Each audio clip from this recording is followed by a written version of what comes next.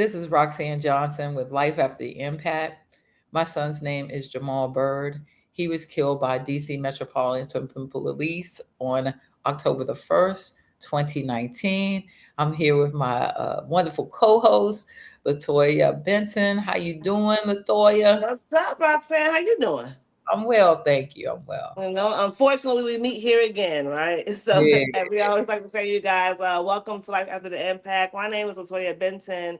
I'm the mother of Xavier Hill. Xavier was killed January the 9th, 2021, at the age of 18 by officers Seth Layton and Benjamin Bone of the Virginia State Police Department. As you guys know, on this podcast, I'm gonna just say we're not into the podcast on our foundation, should I say? We're more so about being about that action and helping to educate the community. So we are honored.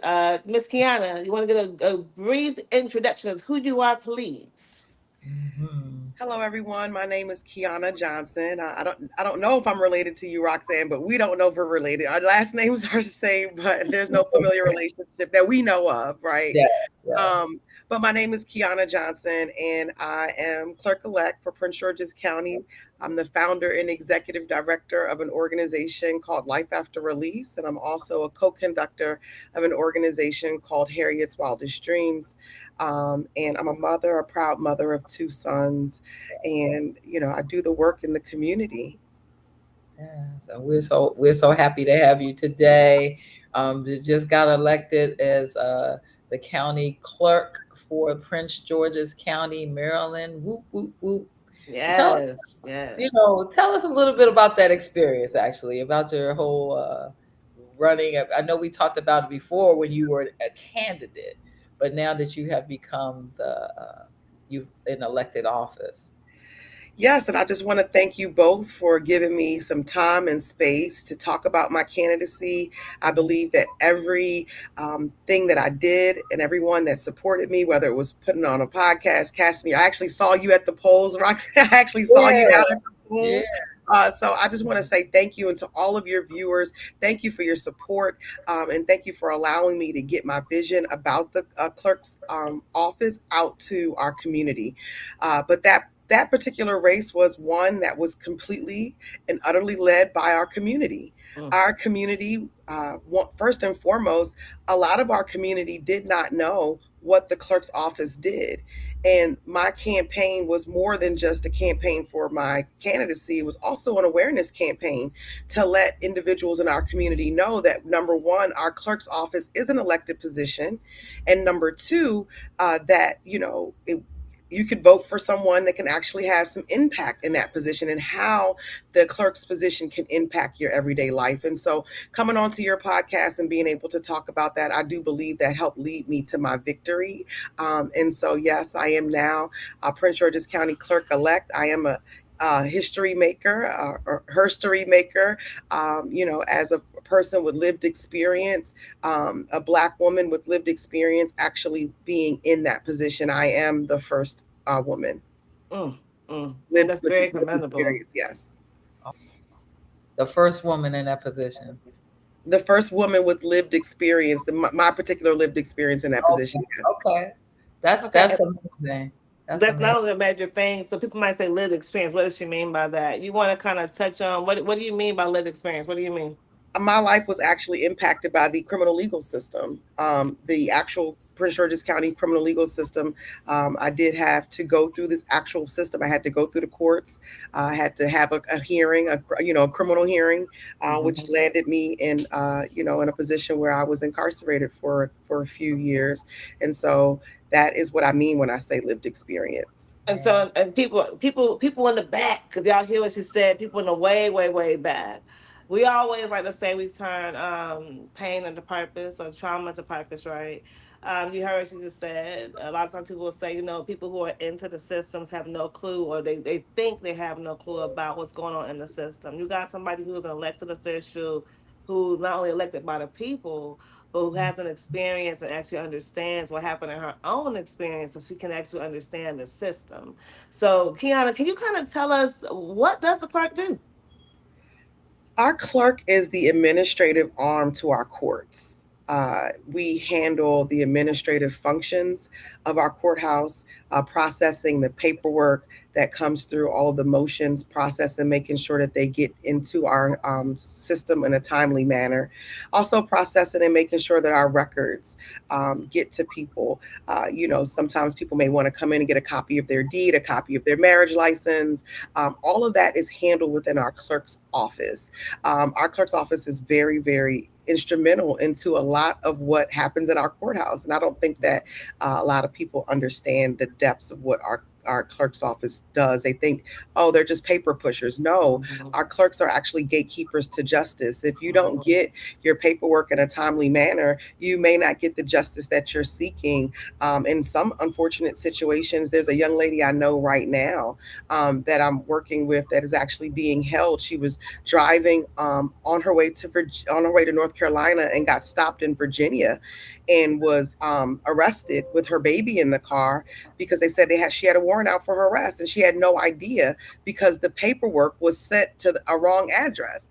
That Mm. is very, very impactful to her life. She's been sitting in Virginia. She has to get transported. Her baby got taken away, all because there was a mistake in the Clerical error. address, and she never got any summons or anything to come to court in the mail. And so now we're working very vigorously to get her out of there. This is Yeah. happening right now today. Yes, yes.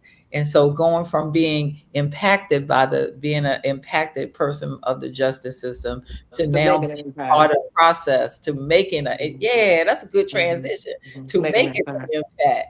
Oh my gosh, what an incredible thing, right? And so have been some of the challenges for you though to make the transition from being impacted by justice to being impactful in the justice system. You said, what are some of the challenges? I Yeah. think the major challenge is just getting through the what people perceive, Mm. right? Getting Mhm. through the naysayers and all of Mhm. the people, that's saying that you can't do this. This is not Mhm. appropriate for you to be the person in this position.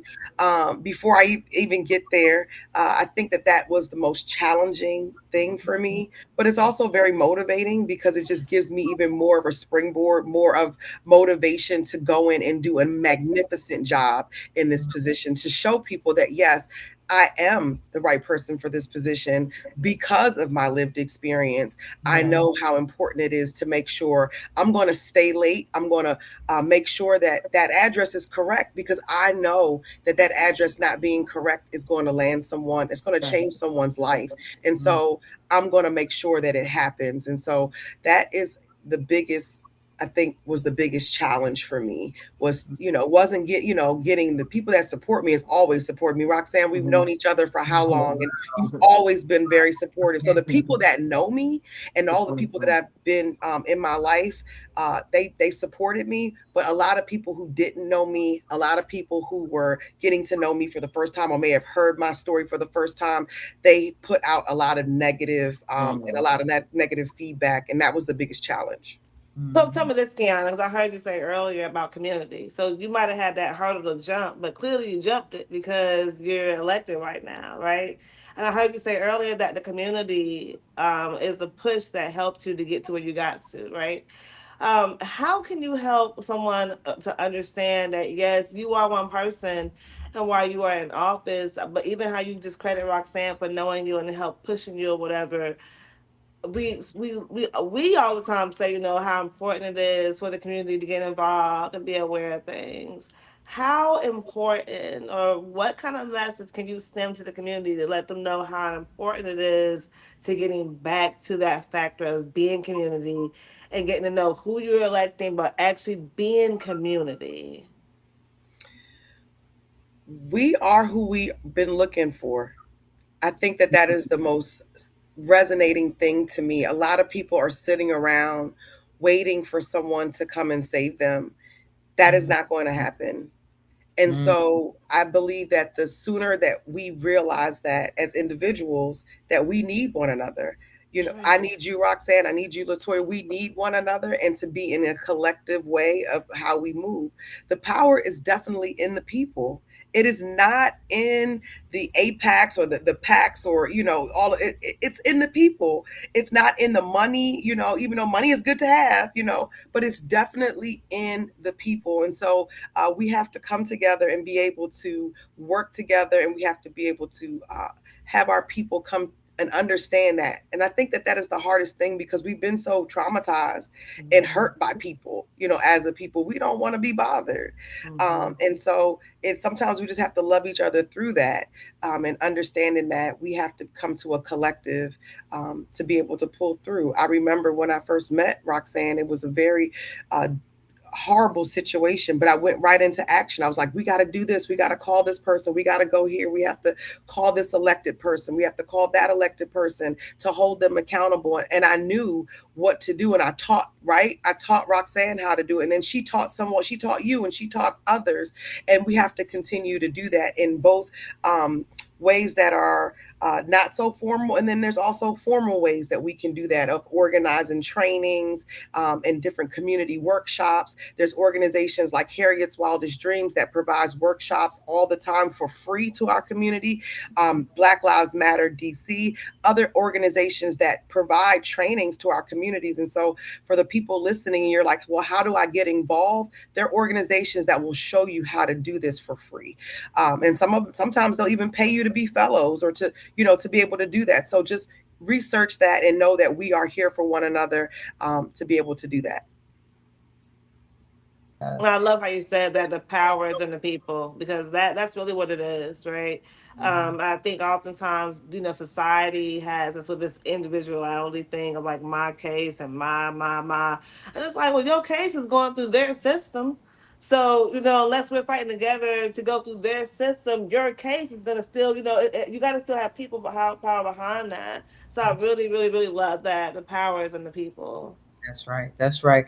And as we're celebrating or commemorating Black August, we got to take a moment to say that, how we got from there to here has been through Right. the power of the people, and our community. Our ability to form together as community is our secret power. It really is.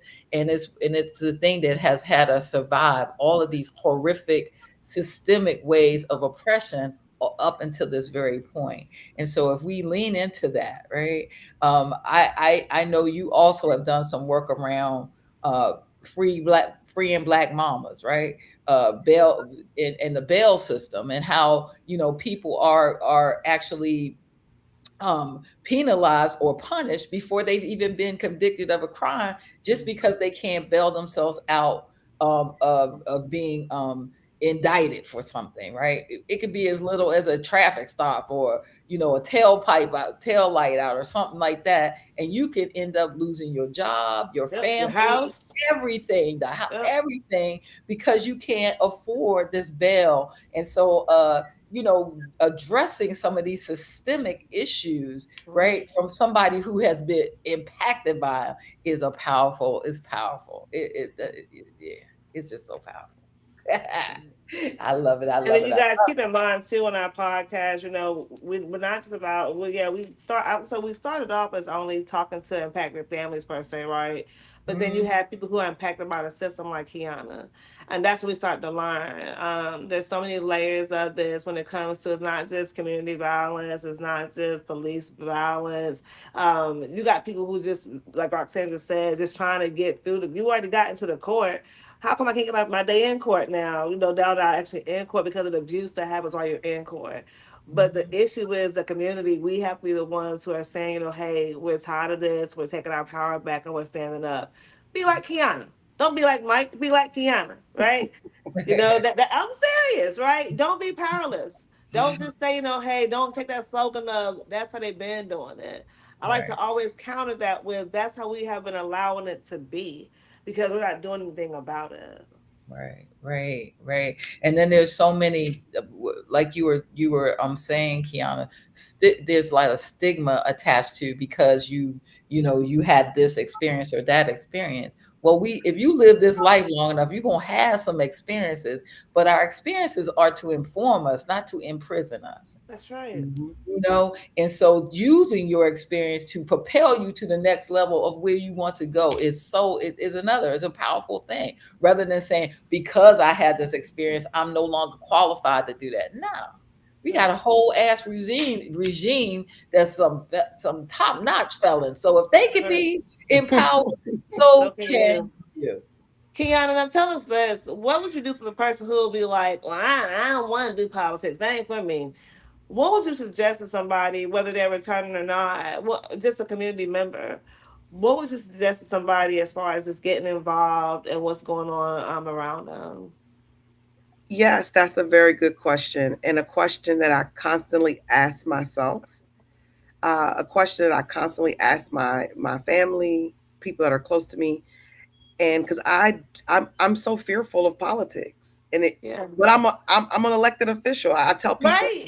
don't call me a politician. Just call me a person with lived experience that happens to be elected. I feel better with that term. That's But I law, was Kiana. I know, but I was talking to my 22-year-old son.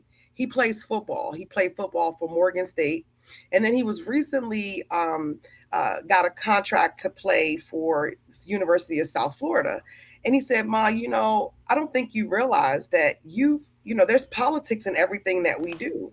He said, "There's politics in me playing football and trying to go pro. There's politics in that." He said, I'm on a team. I went from an HBCU, right, where I was with So all the mainly black. white school, right? Now he's going to a primary. Exactly. He said, "Ma, there's politics. I'm the only black O lineman, on the O line." He said, "There's politics in everything we do." And I think it was in that moment that the light bulb just went off for me. It was politics in everything that we do. It's just how we look at it. As an executive director, I've been in politics for as long as I've had my organization, right? Everything that we do, there's a politic to it. And so I think that the reasons why we give politicians such a bad, because we've seen them in such a horrible light, and there's so many horrible things that have come from our politicians, it's kind of jaded us. But the truth of the matter, to my impacted communities, especially people that have gone to prison, there were politics in prison, right? So just don't focus on the part of it being politics or political, and just figure out what impact, or what is it that I'm trying to do, and who do I need to get me the type of results that I need. And that's all politics is. And so I wish that we can take the word politics and replace it with power, because really what we're talking about is the access to power, resources, right? Talking to the right person so you can get your traffic light fixed at the end of your block, right? Being able to have access to the power, right? And the way that we have access to the power is one of the tools, just one tool, is electing people who have our best interests. We don't elect people because of, a lot of times people, oh, they cute, or I like the way they can rhyme or whatever, right? No, we don't elect it. It's not a popularity contest. It's a can they get it done kind of So contest, like right? saying it'll be an education contest then, right? Yes, Because I think a lot absolutely. of times we are culturally conditioned to vote based upon popularity and Yeah, not necessarily knowing the education behind those people until after they get in office. Then it's like, let's pull up all this stuff they did back in the day. Y'all should have pulled that shit up before y'all elected these motherfuckers. right, Don't right. wait to get in office. Do it now.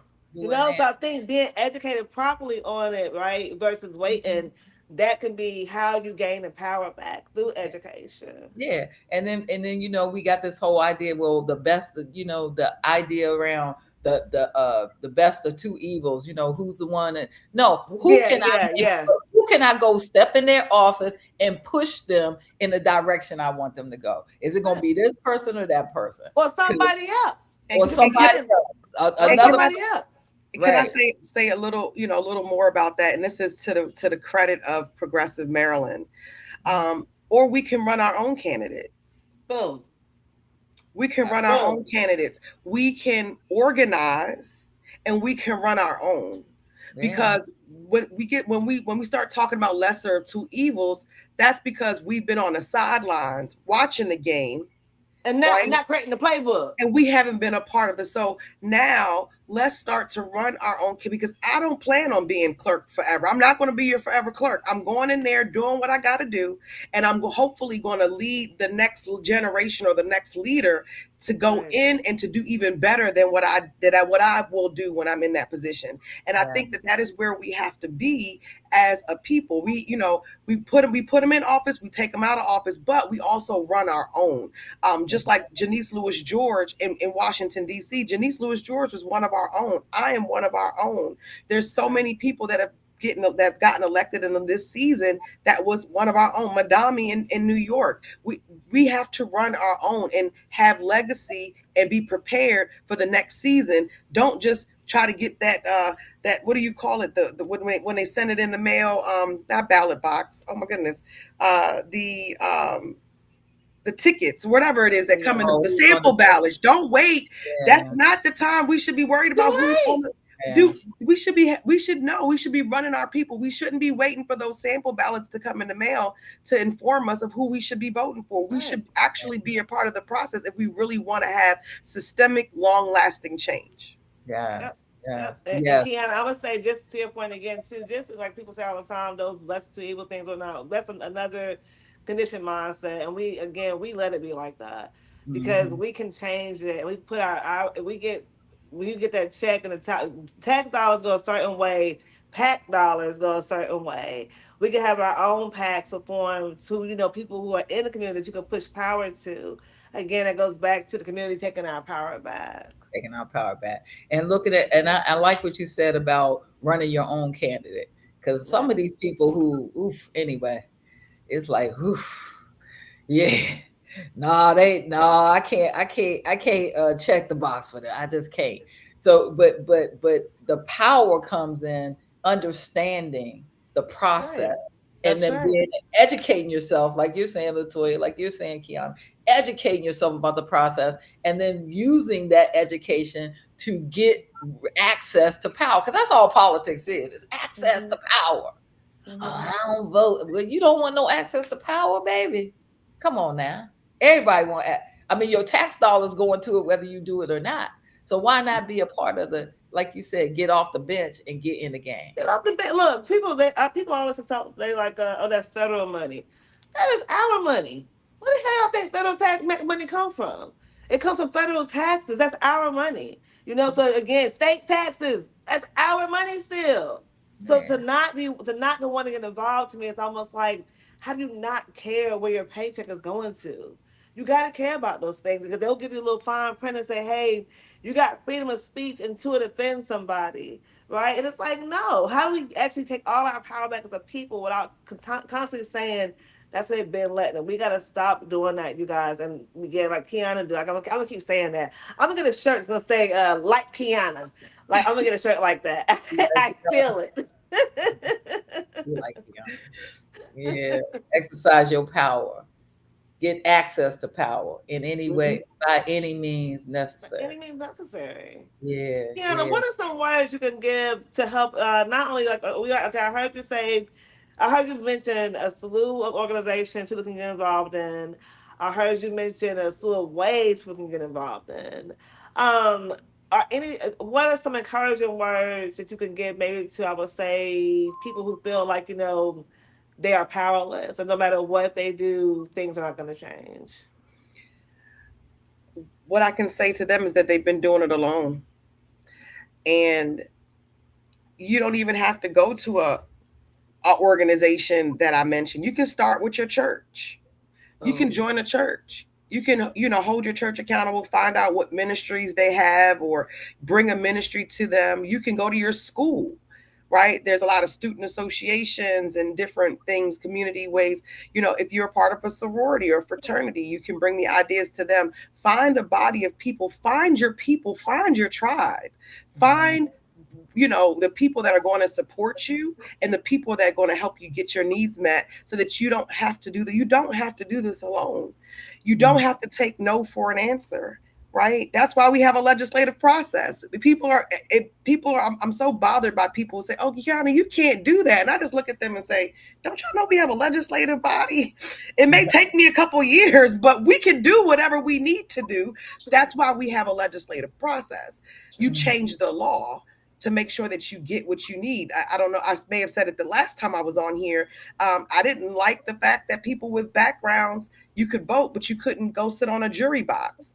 A lot of the times, we already got our rights back to vote, but we could not sit in a jury box.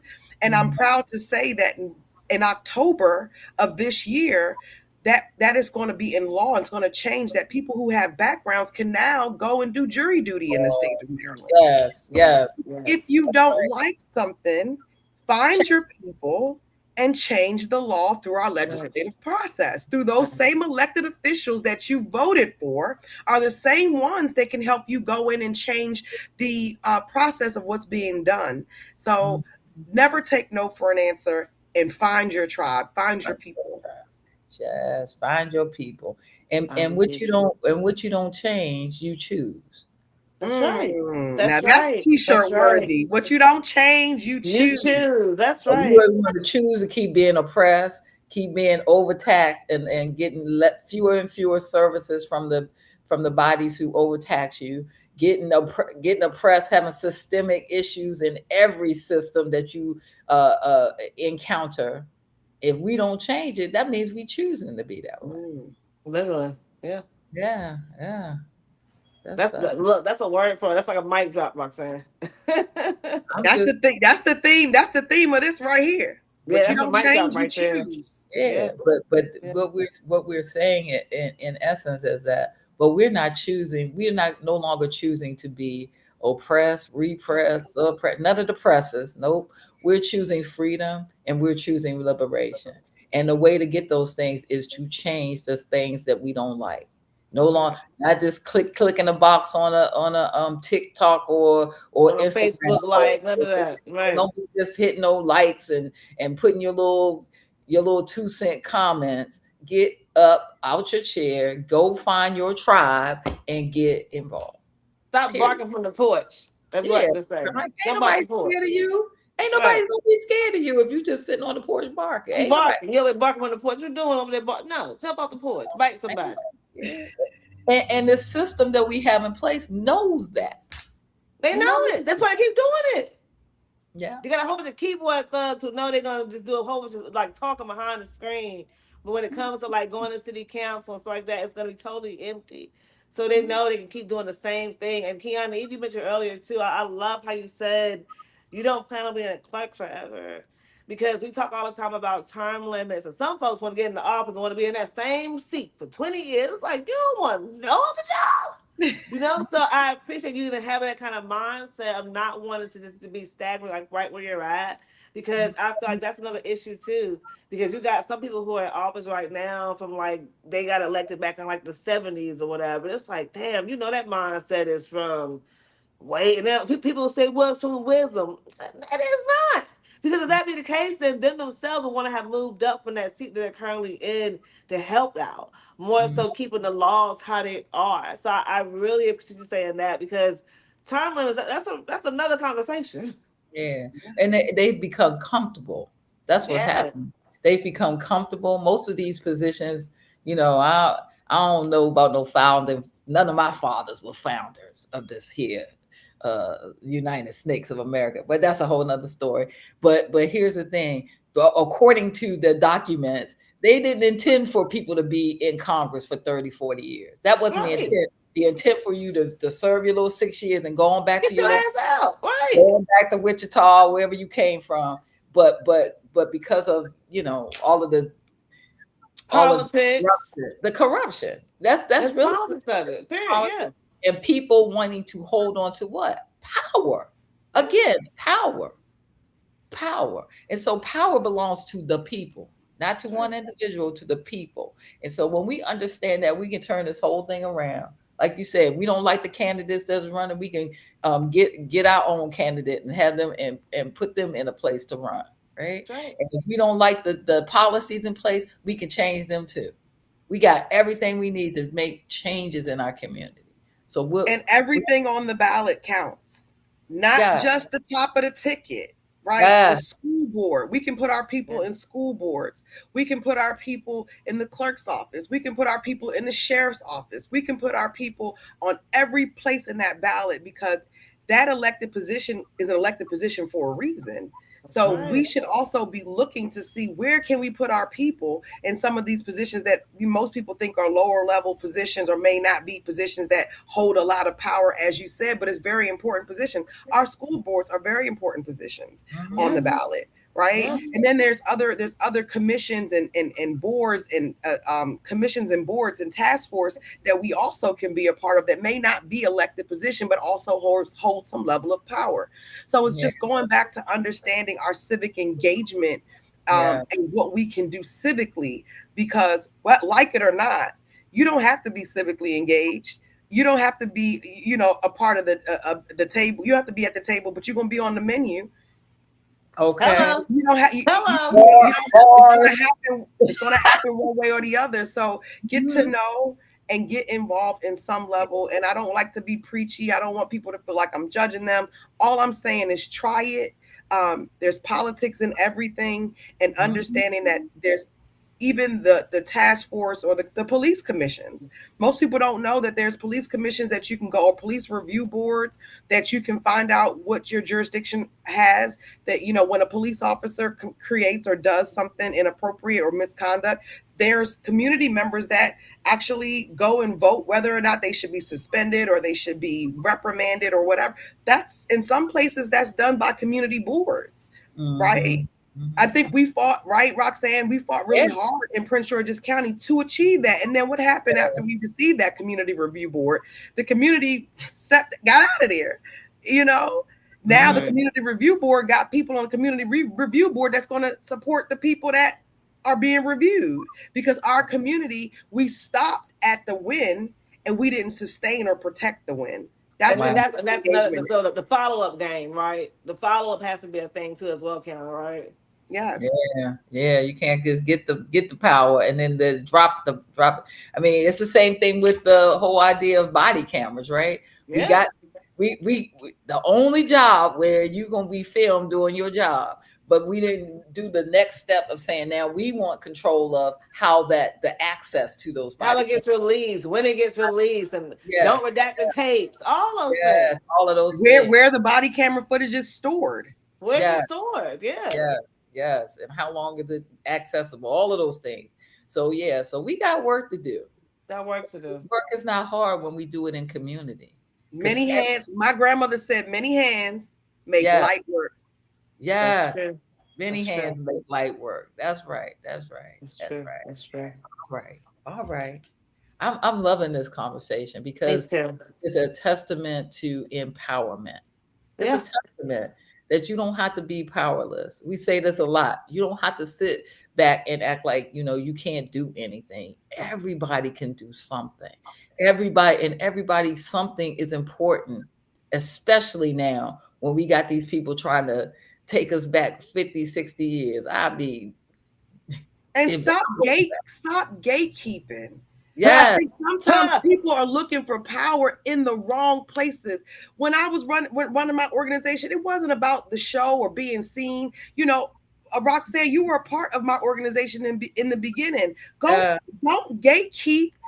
It's room for everyone. Thank you. We don't have to gatekeep and keep someone else away, because that's a part of the oppression. That's a part of the Yes. problem, right? yeah, Yes. We have yeah, to make Yes. room for one another. When I started before my organization got fully formed. I was working with and under Larry Stratford, who mm, molded me and became a mentor. And then he supported me to move on.